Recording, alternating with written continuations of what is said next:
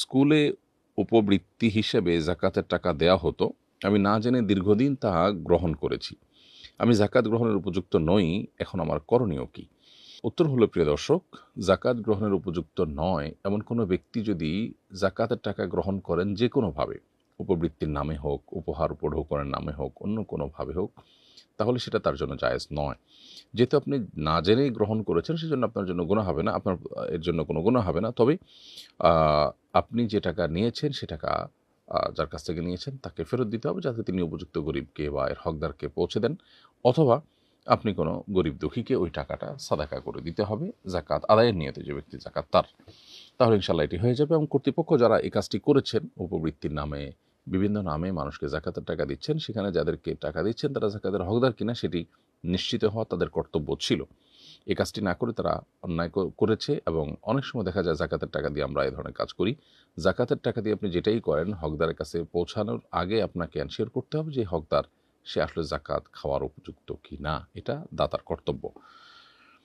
এরপরে প্রশ্ন হলো, স্ত্রীর সাথে ঝগড়া লাগলে মাঝে মধ্যে আমি বিরহের গান গাই, কখনো কখনো শুনি, এতে কি স্ত্রী তালাক হয়ে যাবে?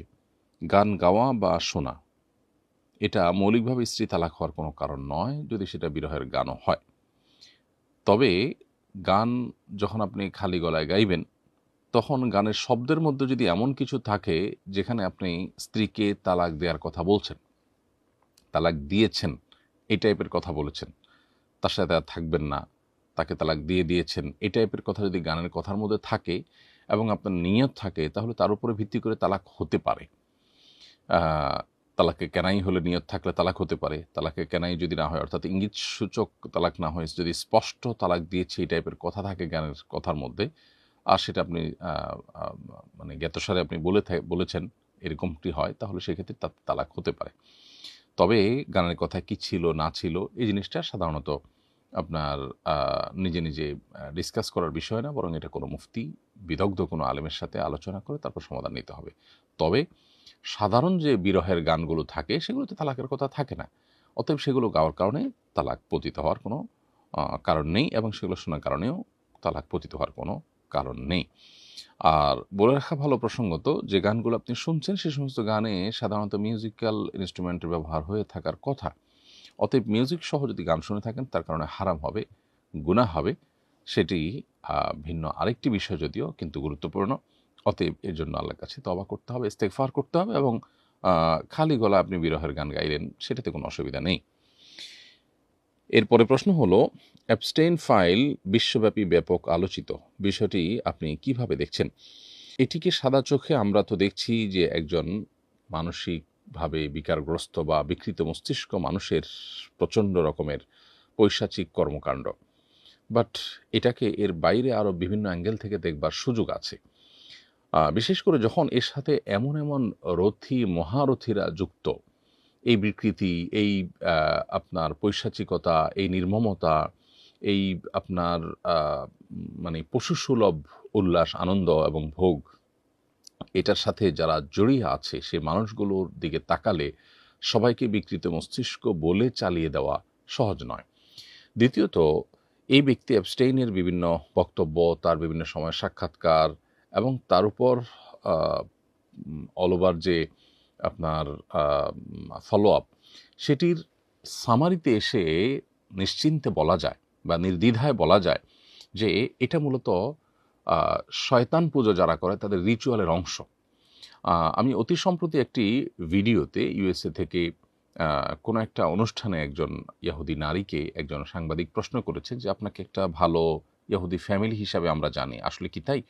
তখন সে ভদ্রমহিলা তার ফ্যামিলির বিভিন্ন হিস্ট্রি বলছিলেন, এবং বলছিলেন যে নিরুপায় হয়ে আমাদেরকে যেতে হতো, আমাদেরকে নিয়ে যাওয়া হতো, এবং আমাদের ফ্যামিলিতে বাচ্চাদেরকে বলি দেওয়া হতো। এই যে অ্যাবস্টেইনের এখানে বাচ্চাদের প্রতি যে নির্মমতা, তাদেরকে নিয়ে আপনার বিভিন্নভাবে অপহরণ করে এনে তার দ্বীপে, তার বিভিন্ন হোটেলে সেগুলোকে আপনার মানে জাস্ট অন্য 10টা পশু জবে করে আমরা যেভাবে খাই সেভাবেও না, বরং অত্যন্ত নির্মমভাবে এই শিশুগুলোকে শেষ করা এবং নানাভাবে আপনার জাস্ট উপভোগের বস্তুতে পরিণত করা, শিশু, নারী, এরকম আরও বিভিন্ন যে মানুষগুলোর প্রতি যে নির্মমতাগুলো করা হতো, এই পুরো প্রক্রিয়াটা সম্পর্কে সে ভদ্রমহিলার বক্তব্য অনুযায়ী বোঝা যায় যে এটি মূলত শয়তান পুজোর অংশ।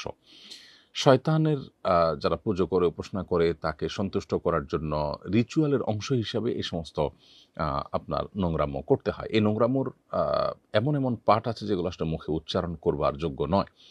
সেই জিনিসগুলো তারা করত এবং বিশ্বের ক্ষমতাধররা বড় বড় প্রভাবশালী ব্যক্তিরা দিন শেষে এই সমস্ত রিচুয়ালের মধ্য দিয়ে তারা পার হয়।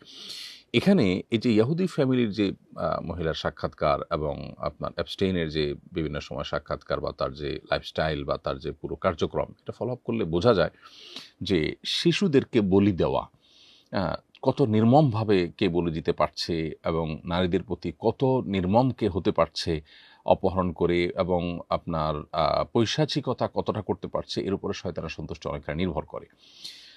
আল্লাহ যে মানুষকে সতর্ক করেছে শয়তানের ব্যাপারে এবং বারবার করে শয়তান থেকে আমাদেরকে সাবধান থাকতে বলেছে, এবং শয়তানকে সন্তুষ্ট করে শয়তানকে শয়তান আল্লাহ সৃষ্টি, তাকে তার বিশেষ কিছু পাওয়ার আল্লাহর তরফ থেকে দেওয়া আছে, এটা পার্ট অফ এক্সাম, পরীক্ষার অংশ।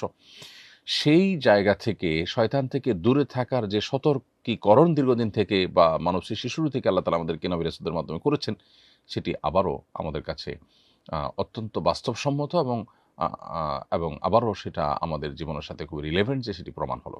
এর সাথে পশ্চিমা দুনিয়া যে আমাদেরকে নারী অধিকার, শিশু অধিকারের যে সমস্ত সবক টবক শোনা, এগুলো যে সবগুলোই তাদের বাণিজ্যের অংশ, এগুলো সবগুলো যে ধোঁকা, এবং আমাদেরকে বিনোদনের নামে আমাদের যে রিচুয়াল আছে আল্লাহর সাথে কানেক্টেড হওয়ার, আল্লাহর পাওয়ার দ্বারা প্রভাবিত হওয়ার এবং শক্তিশালী হওয়ার, আমাদের দুনিয়া এবং আখিরাতে কল্যাণ এর অধিকারী হওয়ার, সেই রিচুয়ালগুলো থেকে আমাদেরকে দূরে সরাবার জন্য এই ধর্মীয় বিষয়গুলোকে হাস্যরসের উপহাসের বিষয় পরিণত করেছে, এবং বিনোদনের নামে যে সমস্ত আইটেম আমাদেরকে দিয়েছে, এগুলো সবগুলো মূলত শয়তানের রিচুয়াল এবং শয়তানকে সন্তুষ্ট করার আইটেম।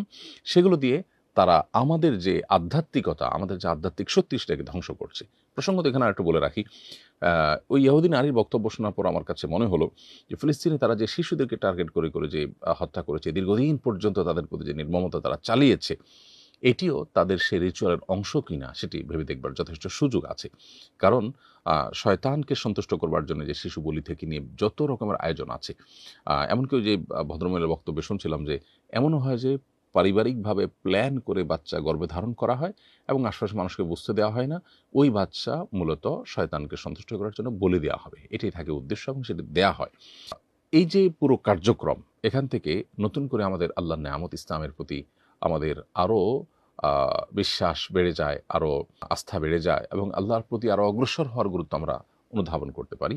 আমাদের কাছে ঝকঝকে তকতকে যে আপনার কালচার উপস্থাপন করা হয়ে থাকে, এগুলোর পেছনে যে কমার্শিয়াল ধান্দা আছে, এগুলোর পেছনে যে তাদের শয়তানি ধান্দা আছে, এগুলোর পেছনে যে আমাদেরকে থামিয়ে দেওয়ার প্রচেষ্টা আছে, সেটি বোঝার জন্য আসলে পণ্ডিত হওয়ার দরকার নেই। অতএব অ্যাবস্টেইনের এই ফাইলটা শুধুমাত্র এই ফাইল যেটি উন্মুক্ত হয়েছে, এর মাধ্যমে যে সমস্ত ঘটনাবলী আমাদের সামনে উঠে আসছে, এগুলো বা তার যে নির্মমতাগুলো ছিল এবং তার সাথে যারা বড় বড় রথী মহারথীরা আছে, এদের যে কানেকশন পাওয়া যায়, এগুলো শুধুই মানবিক বিকৃতি, মানসিক বিকৃতির বিষয় নয়, বরং এর সাথে শয়তান তুষ্টির বিষয় জড়িয়ে আছে। আমরা আল্লাহকে সন্তুষ্ট করতে চাই। এখানে রাস্তা দুইটা, শয়তানের রাস্তা, যার শেষ মাথা জাহান্নাম, দুনিয়াতেও সেটা জাহান্নামী। যারা শয়তানকে পুজো করে, তারা শক্তি সঞ্চয় করতে চায় বা শয়তানের পাওয়ার নিতে চায়, এই পাওয়ার দিয়ে তারা হয়তো দুনিয়াতে সাময়িক রাজত্ব করে, কিন্তু তারাও মানসিকভাবে কেউ আসলে সুখ পায় না। অতএব এই অ্যাবস্টেইনের ফাইল, এটা নিয়ে অনেক কথা বলার আছে, এটা নিয়ে অনেক কথা ভাববার আছে। কোরআনে কারীম যে বাল মূর্তিকে পুজো করতে নিষেধ করেছে, সেই বালের বিশেষ অনুগত ছিল এবং তার জীবনের অনেক কিছুতে সেটার প্রভাব পাওয়া যাচ্ছে। এখনকার যে সমস্ত তথ্য আসছে তাদের মাধ্যমে, গণমাধ্যমের মাধ্যমে, সেগুলো থেকে বোঝা যাচ্ছে। তো এই যে বাল এর যারা পূজা করত, যেটাকে আপনার ওই যে লিঙ্গ পূজার টাইপের আপনার যৌন বিকৃতি বা বিকৃতি যৌনতা, এর সাথে আপনার যাদের সম্পর্ক আছে, এরা মূলত ওই বাল মূর্তির পূজার ওইটাকেই চর্চা করছে। অ্যাবস্টেইনের মধ্যে সেই জিনিসটাও পাওয়া যাচ্ছে। এখানে প্রসঙ্গত আরেকটু বলে রাখি যে ট্রান্সজেন্ডার সহ যে সমস্ত আপনার এই যে বিকৃতির কালচার আমাদের সমাজে আমরা দেখতে পাই, এখন গোটা পৃথিবীতে অ্যাগ্রেসিভলি যেটা পুশ করার চেষ্টা করা হচ্ছে, এর সাথে আসলে শয়তানকে তুষ্ট করার বা শয়তানের উপাসনা করার বা রিচুয়ালের একটা সম্পর্ক বা যোগসূত্র কিন্তু আছে। অতএব পুরো বিষয়টা আসলে অনেক বড় খেলার ব্যাপার। আগামীর পৃথিবী এটি যতটা না অস্ত্রের যুদ্ধের পৃথিবী, তত তার চাইতে বেশি হবে আপনার স্পিরিচুয়াল যুদ্ধের পৃথিবী। অতএব মুসলমানদেরকে মুসলমান হিসেবে আল্লাহর সাথে কানেক্টেড হওয়া, ইবাদতবন্দি করা, আল্লাহ তাআলার নির্দেশগুলোকে মেনে চলা, এগুলোর মাধ্যমে তাদেরকে আত্মরক্ষার চেষ্টা করতে হবে এবং তাদের শক্তি সামর্থ্যকে বাড়াতে হবে, গেইন করতে হবে। সেই জায়গা থেকে আমাদের আরও দিনের পথে অগ্রসর হওয়ার প্রেরণা আমরা এই সমস্ত ঘটনা থেকে পাই। এই সমস্ত ঘটনার একেবারে গভীরে যারা প্রবেশ করেন তাদের কাছে বিষয়গুলো স্পষ্ট হয়ে যায়। আল্লাহ তাআলা আমাদেরকে শিক্ষা গ্রহণ করার তৌফিক দান করুন এবং এই সমস্ত নির্মমতা বন্ধ হোক।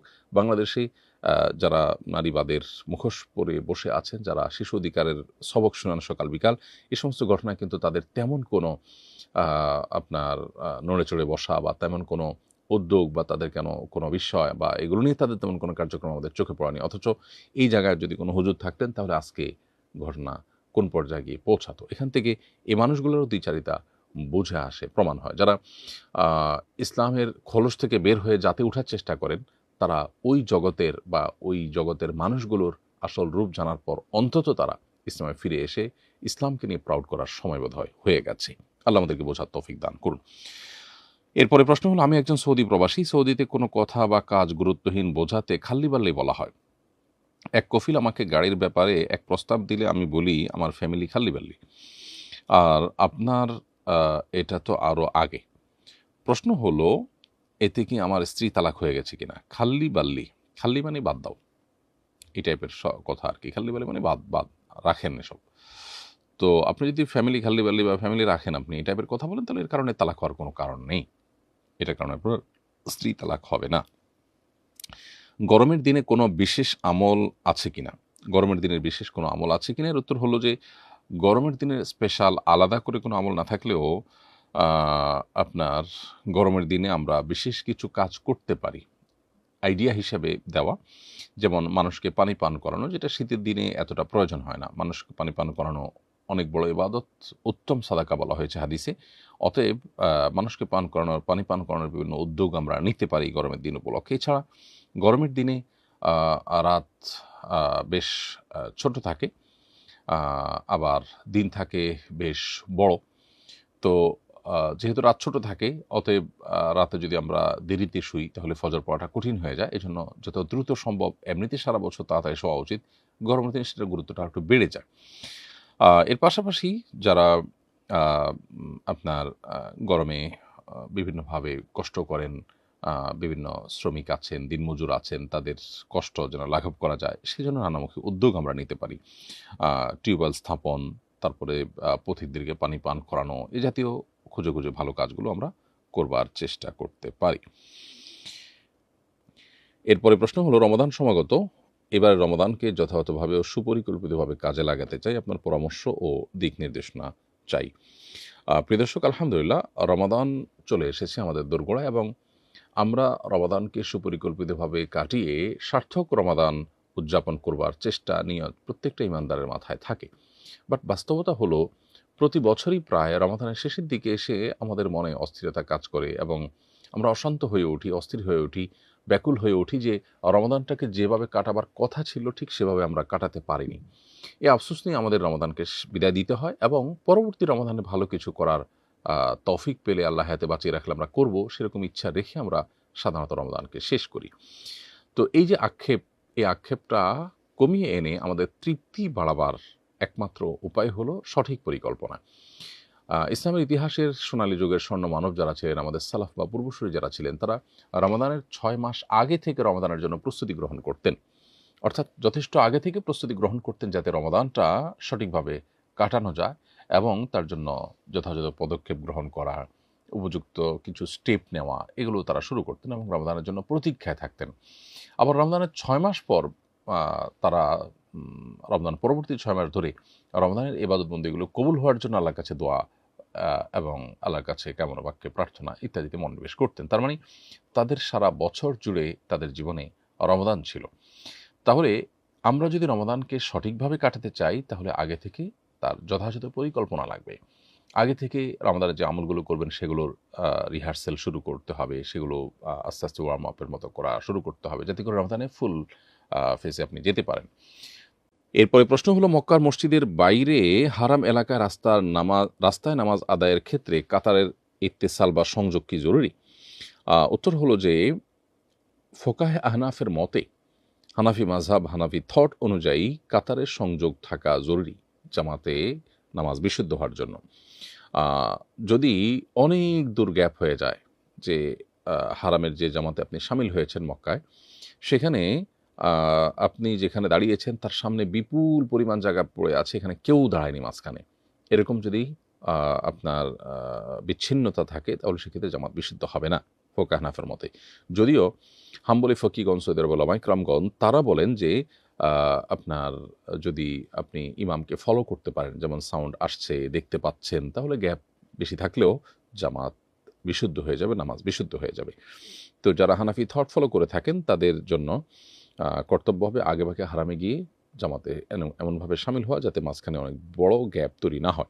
হ্যাঁ, যদি গ্যাপ থাকে এবং সাইডেও কিছু মানুষ দাঁড়ানো থাকে আর গ্যাপটা কাভার হয়ে যায়, তাহলে সেক্ষেত্রে নামাজ বিশুদ্ধ হয়ে যাবে। কিন্তু যদি এমন হয় যে না, আপনি যেখানে দাঁড়িয়েছেন সামনে অনেক বিশাল জায়গাতে কেউ দাঁড়ায়নি, তাহলে সেক্ষেত্রে আপনার ৩ কাতারের বেশি মানুষ বিচ্ছিন্নতা তৈরি করেছে বা বিচ্ছিন্নতা সৃষ্টি হয়েছে, তাহলে সেক্ষেত্রে আপনার সে জামাতে নামাজ পড়লে আপনার এই ইক্তেদা সহি হবে না, শুদ্ধ হবে না। সম্প্রতি বিমান বাংলাদেশ এয়ারলাইন্সের একজন শীর্ষ কর্মকর্তা ও তার স্ত্রী দ্বারা একটি শিশু গৃহকর্মীকে পাশবিক নির্যাতনের ঘটনা সোশ্যাল মিডিয়ায় দেখলাম। এ ধরনের জুলুম ও রোধে করণীয় কি? খুবই দুর্ভাগ্যজনক এবং নির্মম একটি বাস্তবতা। আমরা যখন অ্যাবস্টেইন নিয়ে কথা বলছি, তখন আমাদের দেশে এই ধরনের ঘটনা ঘটছে। যদিও অ্যাবস্টেইনের বিষয়টা সম্পূর্ণ ভিন্ন। শয়তানকে তুষ্ট করবার যে রিচুয়াল, এর অংশ হিসাবে শয়তানি কর্মকাণ্ড গোটা পৃথিবীতে ছড়িয়ে দেওয়ার যে আপনার মেকানিজম আছে, সেটার পেছনের না বলা গল্প বা না জানা অজানা গল্প আপনার অ্যাবস্টেইনের এই সমস্ত নির্মমতার মধ্যে, এই সমস্ত পশুত্ব পাশবিকতার মধ্যে আছে। অতএব সেটা সম্পূর্ণ ভিন্ন জিনিস। কিন্তু আমাদের দেশে যেটি ঘটেছে সেটাও অত্যন্ত দুর্ভাগ্যজনক। অর্থাৎ একটা গুরুত্বপূর্ণ পদে থাকা একজন শীর্ষ ব্যক্তি, তিনি যে হন না কেন, আমি কাউকে ছোট করতে চাই না এবং সে সুযোগও নেই। বাট এরকম কোনো জায়গা থেকে এ ধরনের ইস্যু সত্যিই আমাদেরকে খুবই ব্যথিত করে। আ আমরা আশা করব প্রকৃত ঘটনা যথাযথ তদন্তের মধ্য দিয়ে বের হয়ে আসবে এবং ন্যায় বিচার প্রতিষ্ঠিত হওয়া উচিত। আমাদের বাসায় যারা কাজ করতে আসে তারা অসহায়। তারা অনেক সময় অনেক কিছু বুঝে না। অনেক কিছু না বোঝার ফলে তাদের প্রতি আমাদের অসন্তোষ তৈরি হয়। কিন্তু দিন শেষে এটা যেন জুলুমের পর্যায়ে না যায়। আমার কারো সাথে ভালো বনিবনা হচ্ছে না বা সেট হচ্ছে না, আমি তাকে বাদ দিয়ে দিব। কিন্তু তাকে রেখে জুলুম করতে পারি না। আমরা অনেকেই আছি যারা বাহিরে অনেক মানুষের কাছে ভালো। কিন্তু এই সমস্ত অধীনস্থ মানুষদের কাছে আমরা ভালো নই। অর্থাৎ তাদের প্রতি আমরা নানাভাবে জুলুম করছি, তাদের হক নষ্ট করছি। এটি অত্যন্ত গর্হিত বিষয়। বাংলাদেশে প্রচলিত আইনের দুর্বলতা, আইনের শাসনের অভাব, আইনের প্রয়োগের ত্রুটি, এগুলোর কারণে এ ধরনের ঘটনা আমরা একের পর এক দেখছি। আসলে প্রতিটি ঘটনাই আমাদেরকে বার্তা দেয় যে ইসলামই সমাধান। অন্য কোনো পদ্ধতিতে আসলে আমরা সমাধান পাবো না। পশ্চিমারা ইসলাম ছেড়ে দিয়ে ঝকঝকে তকতকে একটা দারুণ সভ্যতা তার দাঁড় করিয়ে দিয়েছে। অ্যাবস্টেইন দেখিয়ে দিয়েছে যে সেই সভ্যতার ভেতরের রূপটা কী। আর অ্যাবস্টেইনের দেখানো ছাড়াও আমরা জানি সেখানে মানুষ কি আসলে মানসিক সুখে আছে? ঝকঝকে তকতকে লাইফের পেছনে যে গল্প, সেই গল্পটাতে অত্যন্ত নির্মম, অত্যন্ত করুণ। সেখানে আত্মহত্যার প্রবণতা বাড়ছে, ডিপ্রেশনের প্রবণতা বাড়ছে, নানান অশান্তি, অসুখের প্রবণতা বাড়ছে।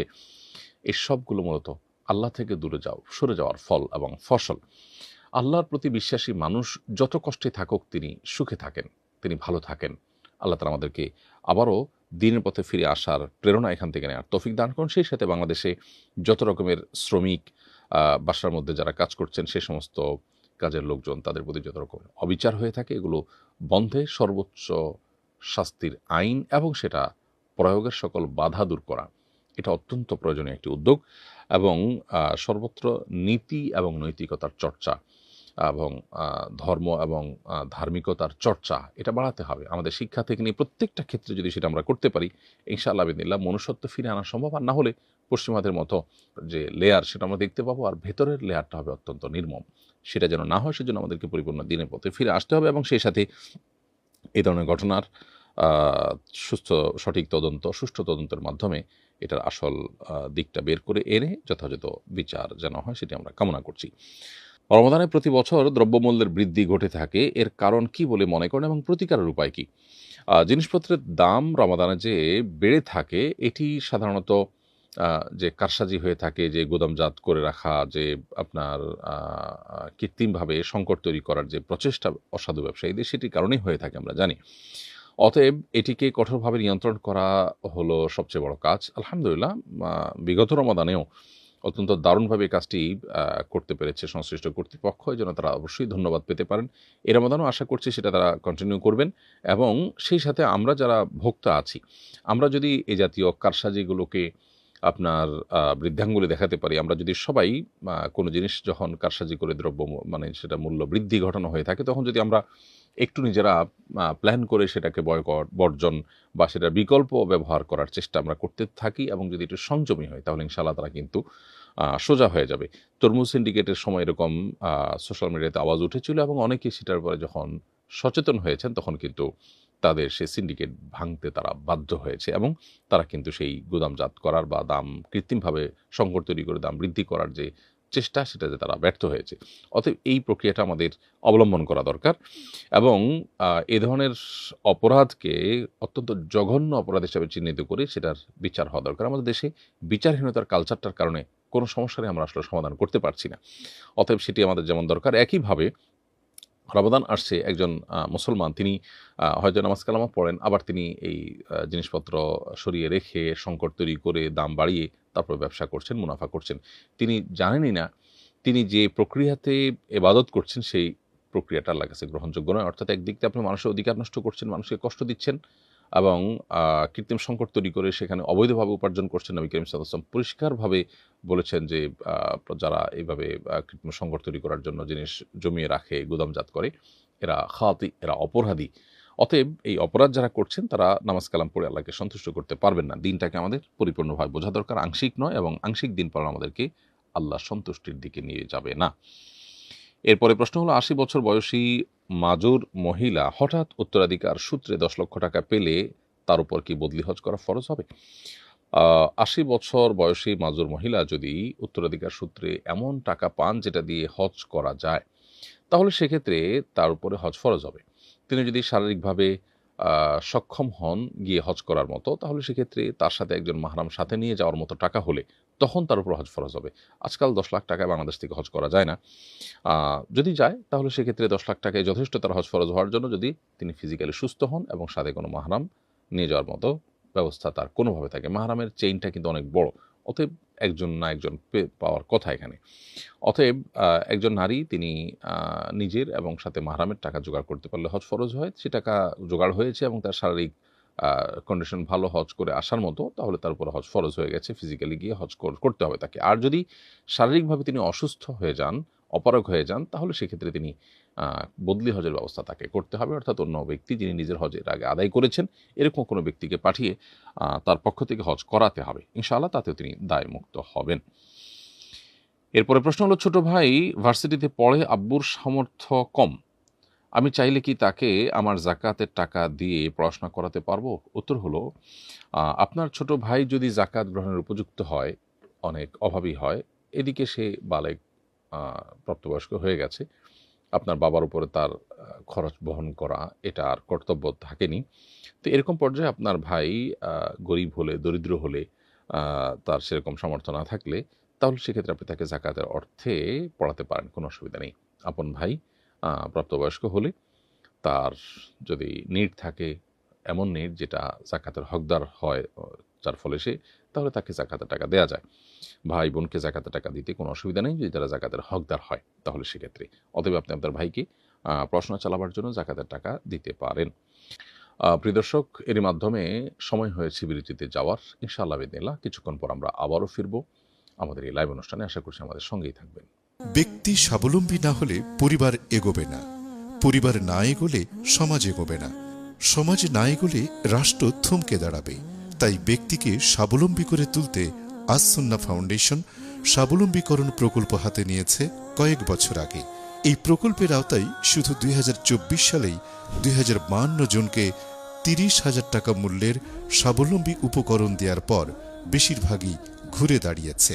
2025 সালে দক্ষ দরিদ্র জনগোষ্ঠীকে 50,000 থেকে 3 লক্ষ টাকা মূলধন উপকরণ দেওয়ার কার্যক্রম ইতোমধ্যেই শুরু হয়েছে। অসহায় এই সব মানুষের ঘুরে দাঁড়ানোর গল্পে আপনিও অংশীদার হন।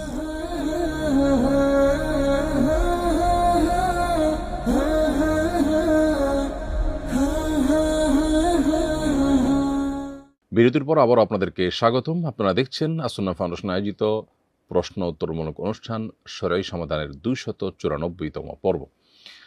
বিরতির আগে আমরা অনেকগুলো প্রশ্ন উত্তর দিয়েছি আল্লাহ তাআলার অশেষ অনুগ্রহে।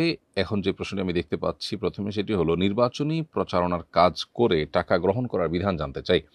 নির্বাচনী প্রচার করার কাজে আপনি অংশগ্রহণ করে যদি টাকা গ্রহণ করেন, পারিশ্রমিক নেন, সেটা জায়েজ।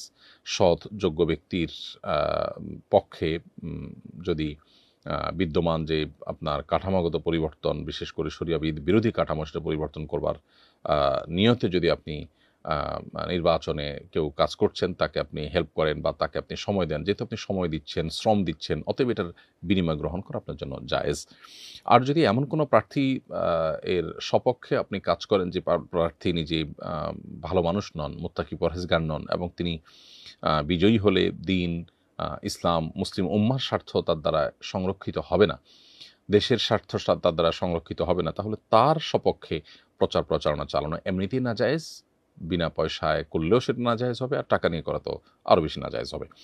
অতএব যদি ভালো প্রার্থী হয় তাহলে তার পক্ষে প্রচারণা করার জন্য সময়, শ্রম, মেধা ব্যয় করতে হলে আপনাকে সেটার জন্য বিনিময় গ্রহণ করতে কোনো অসুবিধা নেই। এরপরে প্রশ্ন হলো, আমি টেইলার্সের ব্যবসা করি। ব্যবসার শুরুর সময় একজন আমাকে ঋণ দিয়ে সহযোগিতা করেছিলেন।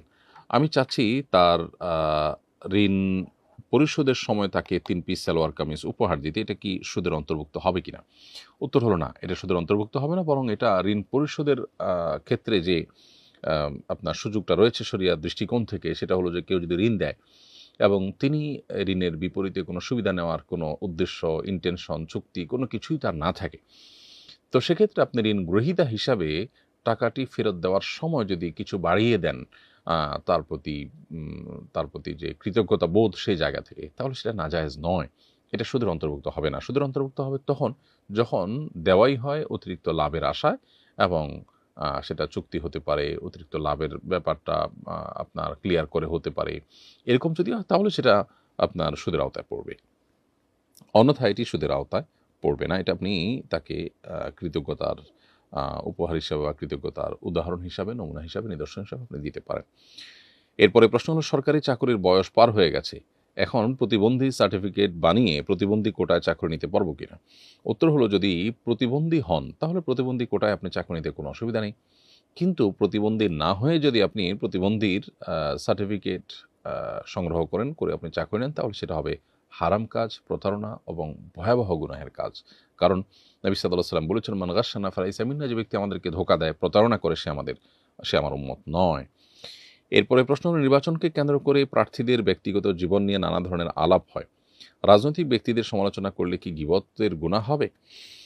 উত্তর হলো, নির্বাচনকে কেন্দ্র করে প্রার্থীদের ব্যক্তিগত জীবন নিয়ে যে সমস্ত আলাপ আলোচনা হয়, সেগুলোতে যদি তাদের ব্যক্তিগত ইস্যুগুলোকে তুলে এনে সমালোচনা করা হয়, সেগুলো গীবতের অন্তর্ভুক্ত হবে। নির্বাচনে কেউ দাঁড়ালে তার গীবত হালাল হয়ে যায় না। তবে হ্যাঁ, কোনো ব্যক্তির খারাপ দিক মানুষ জানলে সতর্ক হতে পারবে, এবং সত্যি সেটা প্রমাণিত খারাপ, এবং সে খারাপের ব্যাপারে মানুষকে সতর্ক করে এই ব্যক্তির তার শাসন থেকে বা তার নতুন করে জুলুমের রাস্তা ওপেন হওয়া থেকে মানুষকে বাঁচাবার জন্য যদি প্রয়োজন হয়, তাহলে সে প্রয়োজনীয় গীবত করা জায়েজ আছে। অর্থাৎ যে গীবতটা হবে সত্যি মানুষকে সতর্ক করবার জন্য। ধরুন একজন একটা বোমা রেখেছেন কোথাও, তো আপনি যদি বলেন যে অমুক এখানে বোমা রেখেছে, সবাই সতর্ক হন, তাহলে এই গীবত নাজায়েজ নয়, কারণ এটা মানুষকে সতর্ক করবার প্রয়োজনে। এখন এটা একজন মানুষ যখন করবেন তখন তার আল্লাহর ভয় থাকতে হবে। তিনি আসলে হারামকে হালাল করবার জন্য জাস্ট একটা ফাঁদ তৈরি করলেন, একটা নিজে থেকে একটা কি জানি বলে এটাকে, নিজে থেকে আপনার একটা ফতোয়া বের করে নিলেন, এটা যেন না হয়, বরং সত্যি তিনি যার সমালোচনা করছেন তার দ্বারা মানুষ ক্ষতিগ্রস্ত হতে পারে, সেজন্য মানুষকে ক্ষতির হাত থেকে রক্ষা করার জন্য করছেন, এটি হলে সেটি জায়েজ হতে পারে, অন্যথায় সেটা কিন্তু জায়েজ হবে না। অনেক সময় একান্ত ব্যক্তিগত ভুল ত্রুটি সেগুলোকেও বড় করে বা বিভিন্নভাবে তুলে ধরে আপনার প্রচার করা হয়, উদ্দেশ্য থাকে তাকে হেয় করা এবং প্রতিপক্ষ হিসেবে তাকে ঘায়েল করা, এগুলো সম্পূর্ণ নাজায়েজ। আমার সহপাঠী কয়েকজন বন্ধুরা মিলে বাজি ধরে ক্রিকেট খেলে, আমি ওদের সাথে খেলি, তবে ওদের বাজির সাথে আমার কোনো সম্পর্ক নেই। আমি সে টাকায় কোনো অংশগ্রহণ করি না। কেবল শরীরচর্চার উদ্দেশ্যে কি ওদের সাথে খেলতে পারবো? জুয়ার যদি আপনার কোনো প্রকার অংশগ্রহণ না থাকে, আপনি জাস্ট খেলেছেন, তাহলে সেটা জায়েজ হতে পারে। কিন্তু আপনার এই অংশগ্রহণটা যদি তাদের কোনো প্রকার মানে এই জুয়ার কাজে প্রত্যক্ষ সহযোগিতা হয়, তাহলে সেটা আপনার জন্য জায়েজ হবে না। আর যদি সেরকমটা না, বরং আপনি না খেললে অন্য কেউ খেলবে, এখানে সহযোগিতার কোনো ইস্যু নাই। আপনি আপনার যে পারপাস, অর্থাৎ শারীরিক কসরত, সেটি সার্ভ করার জন্য খেলছেন, তাহলে সেটি নাজায়েজ হওয়ার কোনো কারণ নেই। আমার জাকাত বর্ষ যেদিন পূর্ণ হয়, সেদিন সকালে স্বর্ণের বিক্রয় দাম ছিল একরকম, আর সকাল 10টার পর হয়ে গেছে আরেক রকম। এক্ষেত্রে আমি কোনটা ধরে হিসাব করব? উত্তর হলো, স্বর্ণের জাকাত দেওয়ার ক্ষেত্রে বা আমরা যখন সম্পদের জাকাত দিব, তখন জাকাত যখন আদায় করব, তখন এটার যে দাম আছে সে দাম ধরে আমরা মূলত জাকাত ক্যালকুলেট করব। অতএব আপনার স্বর্ণের জাকাত আপনি যে মুহূর্তে বা যখন আদায় করছেন, হিসাব ফাইনাল করছেন, তখন এটার দাম কত সেটা আপনি দেখবেন। অতএব ওই দিনের প্রথম অংশ, মাঝের অংশ দেখা এটা আপনার জন্য গুরুত্বপূর্ণ নয়। এমনকি ওই দিন যখন আপনার জাকাত বর্ষ পূর্ণ হয়েছে, ওই দিন আপনি হিসাব করেননি, আপনি হিসাব করেছেন ১ মাস পর, জাকাত দিয়েছেন ১ মাস পর, তাহলে ওই ১ মাস পরের যে মূল্য সেটাই কিন্তু আপনাকে ধরতে হবে। অনেকেই কয়েক বছরের জাকাত একসাথে পরে দেন। এরকমটি যদিও করা অনুচিত। যদি কেউ করেন, তাহলে সেক্ষেত্রে যখন তিনি দিবেন, ধরুন ১০ বছর ধরে আপনি জাকাত দেন নাই, এখন স্বর্ণের জাকাত দিতে যাচ্ছেন, তাহলে এখন স্বর্ণের যে বাজার দর আছে, মূল্য আছে, সেটা ধরে আপনাকে জাকাত হিসাব করতে হবে। ওই জাকাত বর্ষ পূর্ণ হয়েছে ১০ বছর আগে, তখনকার হিসাব নয়। অতএব এখান থেকে আশা করি আপনার বিষয়টি ক্লিয়ার হয়েছে। নির্বাচনের আগে নানা ধরনের গুজব ও অপতথ্যে সোশ্যাল মিডিয়া সয়লাব থাকে। ইচ্ছাকৃতভাবে অপতথ্য ছড়ানোর পরিণাম কি? গুজব থেকে বাঁচতে আপনি কি পরামর্শ দিবেন? প্রিয় দর্শক, নির্বাচনকে ঘিরে শুধু নয়, বরং সারা বছর জুড়েই আমরা গুজব, প্রপাগান্ডা, অপতথ্য, তারপরে যে কোনো মিথ্যা সংবাদ, এগুলো ছড়ানো, বিশেষ করে যেখানে কারোর কোনো দুর্বলতা, কারোর ব্যাপারে কোনো আপনার খারাপ কোনো কিছু আছে, সেরকম নিউজগুলোকে প্রচার করা, এটা যেন আমাদের বেশ মানে খুব উপভোগ্য একটা বিষয় পরিণত হয়েছে। খুবই দুর্ভাগ্যজনক বাস্তবতা এটি। একজন ঈমানদার তিনি কখনো কোনো বিষয়ে প্রচার করতে পারেন না বা বিশ্বাস করতে পারেন না, যতক্ষণ পর্যন্ত সেটি তার কাছে সুস্পষ্ট প্রমাণ তার পক্ষে না থাকবে বা তার কাছে একেবারে ক্লিয়ার হয়ে না যাবে। বিশেষ করে যখন সেটার সাথে কোনো ব্যক্তির সম্মান, মর্যাদা জড়িয়ে আছে, কোনো সংগঠন, কোনো প্রতিষ্ঠানের সম্মান জড়িয়ে আছে। আমরা আজকাল সোশ্যাল মিডিয়াতে কিছু পেলেই সেটাকে বিশ্বাস করি বা ছড়াছড়ি করা শুরু করে দিই। কোরআনে কারিমে আল্লাহ তাআলা সূরা হুজুরাতে আমাদেরকে পরিষ্কারভাবে বলেছেন, ইয়া আইয়ুহাল্লাযীনা আমানু ইন জাআকুম ফাসিকুম বিনাবাইন ফাতাবায়ানু। কোনো ফাসিক, যার মধ্যে আল্লাহর ভয় নাই, সে যদি কোনো সংবাদ নিয়ে আসে, তোমরা চেক করো, তোমরা যাচাই করো। যদি যাচাই না করো, তাহলে সেটি প্রচার করতে গিয়ে তুমি লজ্জায় পড়তে হবে। এমন হতে পারে তুমি প্রচার করার পর জানতে পারলে যে বিষয়টা সঠিক ছিল না, অপতথ্য ছিল, গুজব ছিল। এজন্য আ রাজনৈতিক স্বার্থ হাসিল করবার জন্য হোক বা অন্য কোনো কারণে, প্রতিপক্ষের বা কোনো ব্যক্তির কোনো ব্যাপারে কোনো নেগেটিভ কিছু পেলেই সেটাকে আমরা প্রচার করা শুরু করব না, যতক্ষণ পর্যন্ত সেটির ব্যাপারে আমাদের নিশ্চিত ধারণা তৈরি না হবে। আল্লাহ কোরআনে কারিমে বলেছেন, ওয়ালা তাকফু মা লাইসা লাকা বিহি ইলম, যে বিষয়ে তোমার সুস্পষ্ট ধারণা নেই, সে বিষয়ে কোনো অবস্থান তুমি গ্রহণ করতে যাবে না। অর্থাৎ ধারণার উপর ভিত্তি করে আমি যা তা বলে বেড়াবো, এটা আমার জন্য জায়েজ নয়। এবং আরেকটি হাদিস রয়েছে এ সম্পর্কে, সেটি হলো যে কাফা বিল মারই কাযিবান আন ইউহাদ্দিসা বিকুল্লি মা সামিআ।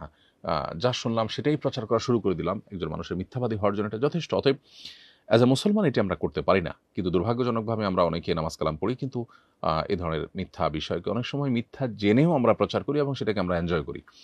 এই যে সেটাকে আমরা উপভোগ্য বিষয় মনে করি, রসিয়ে রসিয়ে আমরা প্রচার করি এবং চর্চা করি, এটা একজন ঈমানদারের চরিত্র নয়। আমরা যাবত না এ ধরনের বিষয় পরিহার করতে না পারব, ততক্ষণ পর্যন্ত আল্লাহর প্রিয়পাত্র হওয়ার বা ঈমানদার, খাঁটি ঈমানদার হওয়ার সুযোগ আমাদের নেই। বিধায় এ ধরনের বিষয়গুলোতে আমাদের সর্বোচ্চ সতর্ক থাকতে হবে। নির্বাচন অথবা ভোটের রাজনীতি অথবা রাজনৈতিক স্বার্থ হাসিলের জন্য প্রতিপক্ষ যদি ফাসিকও হয়, ইসলাম বিমুখ হয়, এমনকি যদি অমুসলিমও হয়, তাহলেও তার অথবা সেই প্রতিষ্ঠানের নামে গুজব ছড়ানো, ইচ্ছাকৃত গুজব তৈরি করা, এটা কোনো অবস্থাতে আমাদেরকে ইসলাম অ্যালাউ করে না। অতএব এটাকে আমাদের পরিহার করতে হবে এবং দায়িত্বশীল মুসলমান হতে হবে। এরপরে প্রশ্ন হলো, আমার মায়ের বয়স ৫০, আমার বাবা মানসিক ভারসাম্যহীন, এখনও কি মার নফল রোজা রাখার জন্য বাবার অনুমতির প্রয়োজন আছে? তার কাছে অনুমতি চাইলে তিনি দেবেন না। আপনার বাবা আপনার কথা অনুযায়ী যদি মানসিক ভারসাম্যহীনই হয়ে থাকেন, তাহলে আপনার মা নফল রোজা রাখার জন্য আপনার বাবার অনুমতি নেওয়ার প্রয়োজন নেই। তবে মনে রাখতে হবে আপনার একটা মৌলিক কথা, সেটি হলো স্ত্রীর কাছে স্বামী যদি কখনো ডিমান্ড করে স্ত্রী রোজা রাখার পর, নফল রোজা রাখার পর, তাহলে সেক্ষেত্রে রোজা ভেঙে হলেও স্বামীর সে ডিমান্ড পূরণ তাকে করতে হবে। কারণ আ এই বিষয়টি মূলত একটি সমাজের স্থিতিশীলতা, সুস্থতা এবং স্বাভাবিকত্বের জন্য দেওয়া। শরিয়ার অনেকগুলো বিধিবিধান আছে যে বিধিবিধানগুলো আপাতদৃষ্টিতে আমাদের কাছে বুঝে আসে না। অথচ সেগুলোর অন্তর্নিহিত দিক যদি আমরা ভালোভাবে গভীরভাবে পর্যবেক্ষণ করতে পারি, পর্যালোচনা করতে পারি, তাহলে সেক্ষেত্রে আমাদের কাছে পরিষ্কার হয়ে যাবে যে এই বিধানের আ কত উপকারী দিক আছে বা কত দিক বিবেচনা করে আল্লাহ তাআলা এটি দিয়েছেন। আ সমাজে ব্যভিচার, নারীর প্রতি পাশবিক নির্যাতন এবং সমাজে আপনার যত রকমের এই জাতীয় অপরাধ সংগঠন হয়ে থাকে সেগুলো যেন না হয় তার জন্য শরিয়া বহু রকমের ব্যবস্থা রেখেছে। এর মধ্যে এটাও একটা। অতএব আ একটি সমাজের স্থিতিশীলতার প্রয়োজনে স্বামী-স্ত্রী পরস্পরের প্রতি সহযোগিতাপূর্ণ মানসিকতা থাকতে হবে এই ইস্যুতে। অতএব সে বিষয়টিকে মাথায় রাখতে হবে। এমনিতে মৌলিকভাবে আপনার বর্ণনা অনুযায়ী আপনার বাবা অসুস্থ হলে সেক্ষেত্রে তার অনুমতি না নিয়ে নফল রোজা রাখতে কোনো অসুবিধা নেই। কোনো আমলে ফজিলত বর্ণনা করার জন্য জয়ীফ হাদিস বলা যাবে কিনা? জয়ীফ হাদিসের সঠিক গ্রহণযোগ্যতা সম্পর্কে জানতে চাই। আকীদা অথবা কোনো হালাল হারাম সাব্যস্ত হওয়ার জন্য জয়ীফ হাদিস কখনো দলিল হিসাবে গ্রহণযোগ্য হবে না। এ ব্যাপারে উলামাদের তেমন কোনো দ্বিমত নেই। আর শুধুমাত্র আমল বা কোনো আ আপনার সওয়াব লাভের কোনো বিষয় যেটা আসলে হালাল হারাম জাতীয় বা ঈমান আকীদা জাতীয় বিষয় নয়। এরকম নফল কোনো আমল ইত্যাদি এই জাতীয় বিষয়ের জন্য জয়ীফ হাদিস ওর উপর ভিত্তি করে যদি কেউ আমল করতে চান সেটি জায়েজ হবে বেশ কয়েকটি শর্তে। এর ভিতরে একটা শর্ত হলো যে সেটা খুব মারাত্মক পর্যায়ের জয়ীফ বা মারাত্মক পর্যায়ে দুর্বল হবে না। তার সূত্রের মধ্যে দুর্বলতাটা খুব জটিল এবং কঠিন পর্যায়ের দুর্বলতা থাকতে পারবে না। এটা হলো ১ম শর্ত। দ্বিতীয়ত মুহাদ্দিসিন ইকরাম আরো অনেকে অনেক রকমের শর্ত দিয়েছেন। এর মধ্যে ইমাম নবী রাহিমাহুল্লাহ বলেছেন যে এটা ফাজায়েল এবং তারগিব তারহিব অর্থাৎ উৎসাহমূলক বিষয়ের জন্য অথবা ফজিলতের জন্য আমল জাতীয় বিষয়ে আপনার জয়ীফ যদি খুব বেশি মারাত্মক না হয় তাহলে এটার উপর আমল করা যেতে পারে। হাফিজ ইবনে হাজার আসকালানি রাহিমাহুল্লাহ কয়েকটা শর্ত উল্লেখ করেছেন। এর মধ্যে একটা শর্ত হলো যে আ যেটা বললাম সেটা। আরেকটা হলো যে যে বিষয়ে আপনি ওই হাদিসের উপর আমল করতে চান, মৌলিকভাবে সেটি শরিয়ার অন্য কোনো নস বা অন্য কোনো ভাষ্য দ্বারায় প্রমাণিত হবে। এটা অনেকটা ওইটার সমর্থক রূপের হবে। এরকম হলে সেটার উপর আমল করতে পারেন। আর তৃতীয় আরেকটা শর্ত তিনি দিয়েছেন সেটা হলো যে এটা আমল করার সময় নবী করিম সাল্লাল্লাহু আলাইহি সাল্লাম নির্দেশ করেছেন, এই আকীদা নিয়ে আমল করবেন না। বরং এটা একটা ভালো কাজ হিসাবে আমল করবেন। তাহলে সেক্ষেত্রে নবী করিম সাল্লাল্লাহু আলাইহি সাল্লামের দিকে সম্বন্ধ করার যদি তিনি এটা না বলে থাকেন তাহলে সেক্ষেত্রে তার দিকে সম্বন্ধ করার যে ভয়াবহতা সেটা থেকে আপনি রক্ষা পাবেন। তাহলে জয়ীফ হাদিসের উপর আমল করা যেতে পারে যদি বিষয়টা আমল জাতীয়, ফজিলত জাতীয়, উৎসাহ ব্যঞ্জক অথবা সতর্কীকরণ টাইপের কোনো হাদিস হয়। হালাল হারাম বা আপনার ঈমান আকীদার মতো সিরিয়াস কোনো ইস্যু যেন না হয়। তাহলে সেক্ষেত্রে জয়ীফ যদি হাদিসের জয়ীফ বা দুর্বলতাটা যদি খুব চরম পর্যায়ের না হয় তাহলে সেক্ষেত্রে সেটার উপরে আমল করা যেতে পারে এই সমস্ত শর্তের ভিত্তিতে। কোনো মুসলমানের দোষ পেলে এক শ্রেণীর মানুষকে দেখা যায় তারা গঠনমূলক সমালোচনা না করে ইসলামিক সিম্বল নিয়ে ব্যঙ্গ করে। আপনার বিবেচনায় এদের মূল উদ্দেশ্য আসলে কি? ভুলের সমালোচনা করা নাকি ইসলাম ব্যঙ্গ করা? প্রায় সময় দেখা যায় দাড়ি টুপি পরা কোনো মানুষ আ কোনো তাদের কোনো ভুল প্রকাশ পেলে দেখা যায় দাড়ি নিয়ে বাজে কথা বলা হয়। অনেক সময় যে মানুষগুলোর অন্তরের মধ্যে ইসলামের প্রতি প্রচণ্ড বিদ্বেষ তারা লালন করে। আমাদের সমাজে এরকম মুনাফিক বহু আছে যে মুসলমান সমাজে বসবাস করছে কিন্তু তার অন্তরে আসলে ইসলামের প্রতি বিদ্বেষ আছে। তো এরকম মানুষগুলো তারা আসলে এই সমস্ত সুযোগগুলোতে তাদের যে খোলস, তাদের যে মুখোশ সেটা থেকে তারা বেরিয়ে আসে। ফলে তারা দাড়ি নিয়ে অনেক বাজে মন্তব্য করতে থাকে। অনেক সময় দেখা যায় যে হয়তো এই পর্যায়ের ইসলাম বিদ্বেষী না কিন্তু ইসলাম সম্পর্কে ধারণা না থাকার কারণে এই কাজগুলো করে থাকেন। কোনো ব্যক্তি বিশেষকে ব্যঙ্গ করার জন্য বা বিদ্রূপ উপহাস করার জন্য বা তার কোনো আপনার অন্যায় কাজকে ডিসকারেজ করার জন্য এরকম কেউ বললেন, আ সেটা হয়তো সাধারণ গুনাহের পর্যায়ে পড়বে। কিন্তু দাড়ির প্রতি বিদ্বেষ বা ধর্মের প্রতি বিদ্বেষ বা ধর্মচর্চাকে তাচ্ছিল্য করা, উপহাস করা এটার জায়গা থেকে কেউ যদি এরকম করেন তাহলে তিনি মুসলিম পরিচয় ধারণকারী হয়ে থাকলে এর মাধ্যমে তিনি ইসলাম থেকে খারিজ হয়ে যাওয়ার মতো ভয়াবহ পর্যায়ে কিন্তু যেতে পারেন। খুবই জঘন্য একটি বিষয়। অতএব এ ব্যাপারে আমাদের আল্লাহকে ভয় করা উচিত, সেই সাথে দায়িত্বশীল মানুষ হওয়া উচিত। এর জন্য মুসলিম হওয়া জরুরি না, একজন সচেতন, সতর্ক এবং কমন সেন্স ওয়ালা একজন মানুষ হওয়া যথেষ্ট যে কোনো ব্যক্তিকে সমালোচনা করতে গিয়ে তার ধর্ম, তার ধর্মচর্চাকে আমি সমালোচনা করতে পারি না। একজন মানুষ কোনো কারণে খারাপ কাজ করেছেন, তার আর বহু ভালো কাজ আছে। তার ভালো কাজগুলোকে নিয়ে আমি যদি আপনার উপহাস করা শুরু করে দেই, তাহলে সেটা দায়িত্বশীলতার পরিচয় হয় না। বিশেষ করে অন্তত সেটার সাথে যখন মানুষের আবেগের সম্পর্ক আছে, তার চাইতে বেশি সেটা যখন আমার ইমানের সম্পর্ক থাকে এবং আমার আইডেন্টিটি নিয়ে নিয়ে টানাপোড়েন সৃষ্টি হতে পারে যদি আমি এ জাতীয় উপহাস করি। এরকম জায়গায় আমাদের সতর্ক থাকাটা কাম্য। এরপরে প্রশ্ন হলো, আমি একটি ফলের দোকান দেই, বেচাকেনা বেড়ে যাওয়ায় আরেকটা দোকান আমার প্রয়োজন। পাশের দোকানটা খালি হবে কিন্তু মালিক আরেকজনকে দিতে চাচ্ছে। এখন কি আমি অগ্রাধিকার দাবি করতে পারবো? আপনি যে বিষয়টি জানতে চেয়েছেন এটাকে বলা হয় হক্কে শোফাআহ, অর্থাৎ প্রতিবেশী হিসাবে যে অধিকার সেটি। এটি আসলে কোনো অ্যাসেট কেনাবেচার ক্ষেত্রে প্রযোজ্য। ধরুন আপনি একটি দোকান আপনার আছে, তার পাশের দোকানটা বিক্রি হবে। তাহলে এটার যে বাজার মূল্য বা ন্যায্য মূল্য যেটা অন্য আরেকজন দিতে রাজি আছেন, সে মূল্যে আপনি নেওয়ার অধিকার বেশি থাকবে আপনার। অন্য একজনের কাছে বিক্রি না করে আপনার কাছে তিনি বিক্রি করতে হবে। এটাকে বলা হয় হক্কে শোফাআহ বা প্রতিবেশী হওয়ার বা আপনার কাছাকাছি থাকার যে হক সেটি। বাট এটি হলো কেনাবেচার ক্ষেত্রে প্রযোজ্য। ইজারার ক্ষেত্রে, ভাড়ার ক্ষেত্রে প্রযোজ্য নয়। অতএব পাশের দোকানদার তার দোকানটা কার কাছে ভাড়া দিবেন, এটা একান্ত তার ব্যাপার। অতএব যদি ভাড়ার ব্যাপার হয় তাহলে সেক্ষেত্রে এখানে আপনার অগ্রাধিকার থাকবে না। আর যদি ভাড়া না নিয়ে আপনি কিনতে চান তাহলে সেক্ষেত্রে আপনি অগ্রাধিকার পাবেন শরিয়ার দৃষ্টিকোণ থেকে। এরপরে প্রশ্ন হলো, 40 দিন তাকবীরউলার সাথে সালাত আদায় করলে নাকি মুনাফিকি থেকে চিরতরে মুক্ত হওয়া যায়। কথাটা কি বিশুদ্ধ? 40 দিনে জামাতের সাথে 40 দিন যদি কেউ তাকবীরউলার সাথে জামাতের সাথে সালাত আদায় করেন তাহলে মুনাফিকি থেকে মুক্ত থাকার ব্যাপারে একটি হাদিস পাওয়া যায় তিরমিজিতে, যেটি আনাস ইবনে মালিক রাদিয়াল্লাহু তাআলা বর্ণনা করেছেন যে নবী করিম সাল্লাল্লাহু আলাইহি ওয়াসাল্লাম ইরশাদ করেছেন, মান সাল্লা আরবাঈনা ইয়াওমান মাআল জামাআহ, যে ব্যক্তি মান সাল্লা লিল্লাহ, যে ব্যক্তি আল্লাহর জন্য 40 দিন জামাতের সাথে নামাজ পড়বে, ইউদরিকুত তাকবীরাতুল উলা, প্রত্যেক নামাজে তিনি তাকবীর উলা একেবারে ইমাম সাহেব যখন আল্লাহু আকবার বলেন শুরুতে তখন থেকে তিনি শামিল থাকেন, তাহলে কুতিবাত লাহু বারাআতান, তার জন্য দুটি পরওয়ানা লেখা হয় আল্লাহর তরফ থেকে, বারাআতুম মিনান নার, বারাআতুম মিনান নিফাক। একটা হলো জাহান্নাম থেকে মুক্তির পরওয়ানা, একটা হলো মুনাফিকি থেকে মুক্তির পরওয়ানা। হাদিসের এই বর্ণনাটিকে অনেক মুহাদ্দিসরা দঈফ বলেছেন, অনেকে এটাকে গ্রহণযোগ্য বা হাসান বলেছেন। যেহেতু আমল জাতীয় বিষয় এবং এ সম্পর্কে আরও যেসব বর্ণনা আছে সবগুলো মিলিয়ে এটাকে আমলযোগ্য বলা যায়। এবং 40 দিন তাকবীরের সাথে নামাজ পড়ার যে চেষ্টা, সে চেষ্টা প্রশংসনীয় চেষ্টা বলা যায়। এরপরে প্রশ্ন হলো, রাতে কি কবর জিয়ারত করা যাবে? উত্তর হলো হ্যাঁ, রাতে কবর জিয়ারত করা যাবে। কবর জিয়ারত আসলে দিন এবং রাত যেকোনো সময় করা যায়। বিশেষ করে সুনানে নাসাইতে একটি হাদিস বর্ণিত আছে আম্মা জান আয়েশা রাদিয়াল্লাহু আনহা থেকে যে নবী করিম সাল্লাল্লাহু আলাইহি ওয়াসাল্লাম তাঁর বাসায় যদি থাকতেন, ভোর রাতে উঠে তিনি বাকি কবরস্থান, যেটি মসজিদে নববীর পাশে অবস্থান করছে, যেটাকে আমরা জান্নাতুল বাকি বলি, সেই কবরস্থানে তিনি যেতেন এবং যেয়ে সালাম পেশ করতেন, মুর্দাদের জন্য দোয়া নিবেদন করতেন। তাহলে কবর জিয়ারত করার এই আমলটি নবী সাল্লাল্লাহু আলাইহি ওয়াসাল্লাম রাতের বেলায় করতেন। এটি প্রমাণিত। অতএব রাতে দিনে যেকোনো সময় কবর জিয়ারত করা যেতে পারে। আমি প্রায়ই ভুলে নামাজে সূরা ফাতিহার আগে তাশাহুদ পড়ে ফেলি। এজন্য কি সাহু সেজদা লাগবে? উত্তর হলো, নামাজের আ কিয়াম বা দাঁড়ানো অবস্থায় তাশাহুদ পড়ার নির্দেশনা নেই যেহেতু, অতএব আপনি এটা ভুল কাজ করেছেন এবং এই অবস্থায় যদি তাশাহুদ পড়ে থাকেন তাহলে সেক্ষেত্রে আপনাকে সিজদা সাহু দিতে হবে।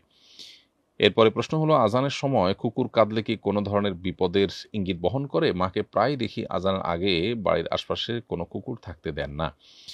আজানের আগে বা আজানের সময় কুকুর কান্নাকাটি করলে বা চিৎকার চেঁচামেচি করলে সেটি কোনো খারাপ লক্ষণ নয়, বা আপনার অন্তত সেটা দেখে কুকুর তাড়িয়ে দেওয়ার জন্য বিশেষ কোনো কসরত করার আলাদা করে প্রয়োজন নেই। তবে এটা ঠিক যে আজান শুনলে শয়তান পলায়ন করে। আর আরেকটি হাদিস থেকে আমরা জানতে পারি যে শয়তান কুকুরের আকৃতি অনেক সময় ধারণ করে। এখন কোনো শয়তান কুকুরের আকৃতি ধারণ করে আছে এমনটিও হতে পারে, আবার কুকুরের উপর শয়তান ভর করতে পারে। সব মিলিয়ে আজান শোনার পর বিচলিত হওয়া, বিশেষ করে আপনার সহ্য করতে না পারা, এটা শয়তানের ব্যাপারে শরীয়তে বলা হয়েছে বা হাদিসে বর্ণিত হয়েছে। এজন্য আপনার এই টাইপের ইস্যু যদি আসে তাহলে সেক্ষেত্রে শয়তানের কাছ থেকে আল্লাহর কাছে পানা চাইবেন। শয়তান যেন আমাদেরকে ক্ষতিগ্রস্ত করতে না পারে। আর কুকুরের কান্নাকাটির আরেকটা আপনার সায়েন্টিফিক ইস্যু আছে, সেটা হলো যে আ কুকুর সাধারণত আ খুব অল্প শব্দ অনেক জোরে শুনতে পায়। যখন মাইকে আজান হয় বা মাইকে কোনো শব্দ হয় তখন আসলে কুকুর সেটা আমরা যতটা শুনতে পারি তার চেয়ে অনেক বিকট আওয়াজে শুনতে পায়। তখন তার মধ্যে ছটপটে ভাব আ দেখা দেওয়ার কারণ থাকতে পারে, সেটাও হতে পারে। তো সব মিলিয়ে খোলাসা কথা হলো যে আজানের আগে কুকুর কান্নাকাটি করলে এটা কোনো বিপদের ইঙ্গিত বহন করে না। অতএব এটাকে বিপদের ইঙ্গিত বহন করা বিশ্বাস আ রাখা সঠিক নয়। এরপরে প্রশ্ন হলো, এক ব্যক্তি 24 দিন যাবৎ লাইফ সাপোর্টে আছেন। ডাক্তার বলেছেন তার আর কোনো জ্ঞান ফেরার সম্ভাবনা নেই। হয়তো যতদিন জীবিত থাকবেন এভাবেই লাইফ সাপোর্টে রাখতে হবে। এদিকে খরচ বহনও বেশ কঠিন হয়ে পড়েছে। এখন কি লাইফ সাপোর্ট খুলে ফেলা যাবে? ডাক্তার বলেছেন খোলা 10-15 মিনিটের মধ্যেই হয়তো তিনি মারা যাবেন। সমাধান কামনা করছি। দোয়া করি আল্লাহ তাআলা আপনাদের ইস্যুকে সহজ করে দিন ভাই। আর সেই সাথে আপনার প্রশ্নের উত্তর হলো যে লাইফ সাপোর্ট আ এর এই ইয়েটা যদি খুলে দেওয়া হয় তিনি দুনিয়া থেকে চলে যেতে পারেন। এই আশঙ্কা তৈরি থাকলেও সেটি খুলে দিলে আশা করা যায় আপনারা গুনাহগার হবেন না যদি লাইফ সাপোর্টের এই পুরো খরচ, ব্যয় এটি বহন করার সামর্থ্য আপনাদের না থাকে। তাহলে জমিজমা বিক্রি করে একেবারে আপনার ধার দেনা করে হলেও লাইফ সাপোর্ট দিয়ে তাকে এভাবে টিকিয়ে রাখতে হবে। এটা আপনার জন্য আবশ্যক নয়। যদি আপনাদের সে সামর্থ্য না থাকে তাহলে আশা করা যায় লাইফ সাপোর্ট খুলে ফেললে আপনাদের গুনাহ হবে না। এরপরে প্রশ্ন হলো, আমি পেয়ারার ব্যবসা করি। পেয়ারা মাখা সুস্বাদু করতে স্যাকারিন মিশ্রিত সরিষা বাটা দিতে হয়। স্যাকারিন মিশ্রিত সরিষা বাটা দিয়ে পেয়ারা বিক্রি করা জায়েজ হচ্ছে কিনা? স্যাকারিন মানুষের জন্য অন্যান্য যে সমস্ত কেমিক্যাল আছে যেগুলো অনেক বেশি ক্ষতিকর সেরকম স্লো পয়জন টাইপের কোনো কিছু যেহেতু না, অতএব এটা হারাম হবে বলা যাবে না। তবে অস্বাস্থ্যকর যেকোনো বিষয় থেকে আমাদের আসলে বেঁচে থাকার চেষ্টা করা উচিত। সেই জায়গা থেকে আপনার বিকল্প কোনো ভালো চিন্তা করা যেতে পারে। আর মৌলিকভাবে যদি আপনি এটা করেনও তাহলে সেক্ষেত্রে এটার কারণে আপনি হারামে লিপ্ত হয়েছেন এমনটি বলে মনে করবার কোনো বিশেষ কারণ নেই।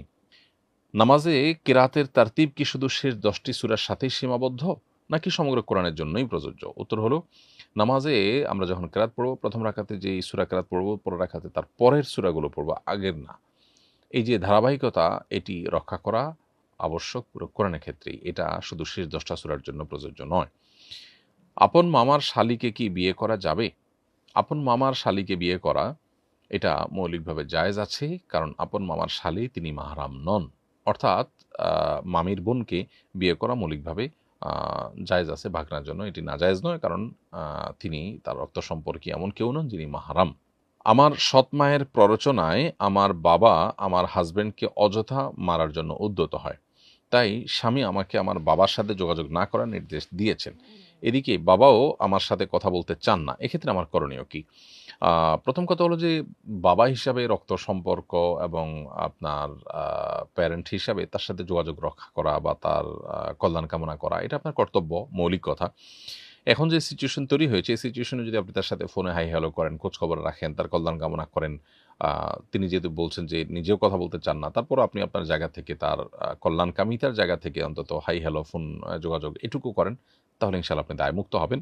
এবং স্বামী তার দ্বারা কষ্ট পেয়েছেন, সেজন্য আপনি স্বামীকে আপনার সর্বোচ্চ আপনার তার পক্ষে সিম্প্যাথি প্রকাশ করার চেষ্টা করবেন। কিন্তু স্বামীর কথার কারণে আপনি বাবার সাথে সম্পর্ক চিরতরে ছিন্ন করতে বাধ্য নন। আবার একই সাথে স্বামী যাতে রুষ্ট না হন, আপনার দাম্পত্য সম্পর্কে যেন প্রভাব না পড়ে, সেজন্য তার অগোচরেও চাইলে আপনি যতটুকু না হলে ততটুকু যোগাযোগ তার সাথে রাখতে পারেন, বরং রাখার কর্তব্য আপনার যদি সে সুযোগ থাকে। বদলি হজ কখন ফরজ হয়? উত্তর হলো, বদলি হজ তখনই ফরজ হয় যদি কারোর হজ করার মতো আর্থিক সঙ্গতি থাকে, কিন্তু শারীরিকভাবে হজ করার মতো অবস্থা তার যদি না থাকে অথবা নিরাপত্তাজনিত কারণে তিনি যেতে না পারেন, তখন অন্য কাউকে টাকা দিয়ে বদলি হজ করাটা তার জন্য আবশ্যক হয়ে যায়। অনেক লোক আছেন যারা এখন টাকা পয়সার মালিক হয়েছেন, আগে ছিলেন না। এখন যখন মালিক হয়েছেন তখন তারা আসলে শারীরিকভাবে হজ করার মতো আর সামর্থ্য নেই। তখন তার জন্য অন্য কাউকে দিয়ে বদলি হজ করানোটা কর্তব্য হয়ে পড়ে। এরপরে প্রশ্ন হলো, ইসলামে গীবত বলতে কি বোঝায়? কোন কোন ক্ষেত্রে গীবত করা জায়েজ এবং কোন কোন ক্ষেত্রে গীবত করা নাজায়েজ? উত্তর হলো, হাদিসের ভাষায় গীবত হলো যিকরুকা আখাকা মা ইয়াকরাহুহু, মা ইয়াকরাহু, তোমার ভাইকে এমন কিছু বলা যেটা সে অপছন্দ করে, সেটাই হলো গীবত। অতএব কারোর পেছনে এমন কিছু বলা যেটা তিনি শুনলে, সামনে বললে তিনি অপছন্দ করবেন, কষ্ট পাবেন, সেটাই গীবতের অন্তর্ভুক্ত হবে। তবে গীবত মৌলিকভাবে হারাম এবং নাজায়েজ হলেও কোনো কোনো ক্ষেত্রে আপনার এটি জায়েজ আছে। যেমন আপনি কারোর পেছনে তার সমালোচনা করলেন তার প্যারেন্টসের কাছে, উদ্দেশ্য তার সতর্ক করা, তাদেরকে সাবধান করা। তাহলে সেক্ষেত্রে সন্তানের গীবত বাবার কাছে করলেন সন্তানের ইসলাহের জন্য, সংশোধনের জন্য। এই গীবত জায়েজ। ঠিক একইভাবে কেউ জুলুমের শিকার হয়েছেন, জুলুমের শিকার হয়ে সেটার বর্ণনা বিবরণ দিয়েছেন, সেটাও গীবত হলেও সেটা জায়েজ। অন্যায় বন্ধ করতে সাহায্য চাওয়ার উদ্দেশ্যে আপনি গীবত করেছেন কারণ, সেটা জায়েজ।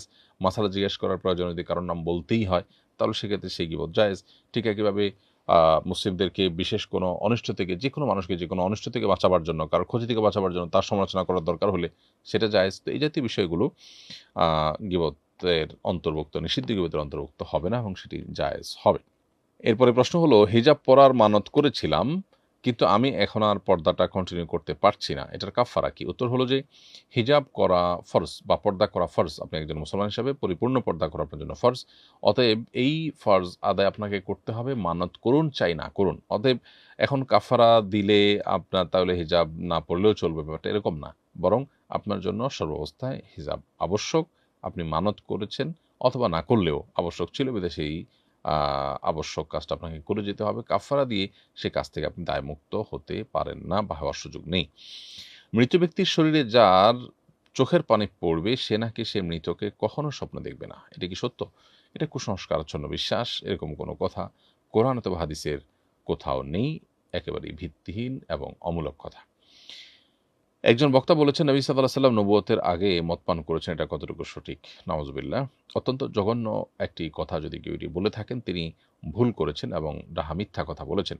নবী করিম সাল্লাল্লাহু আলাইহি ওয়াসাল্লামের জীবনীকারদের প্রায় সব বইতেই উঠে এসেছে যে নবী করিম সাল্লাল্লাহু আলাইহি ওয়াসাল্লাম নবুয়তের দায়িত্ব বুঝে পাওয়ার আগেও জাহিলি যুগে যে সমস্ত নোংরামো হতো সেগুলো থেকে আল্লাহ তাআলা তাকে পাক পবিত্র রেখেছেন।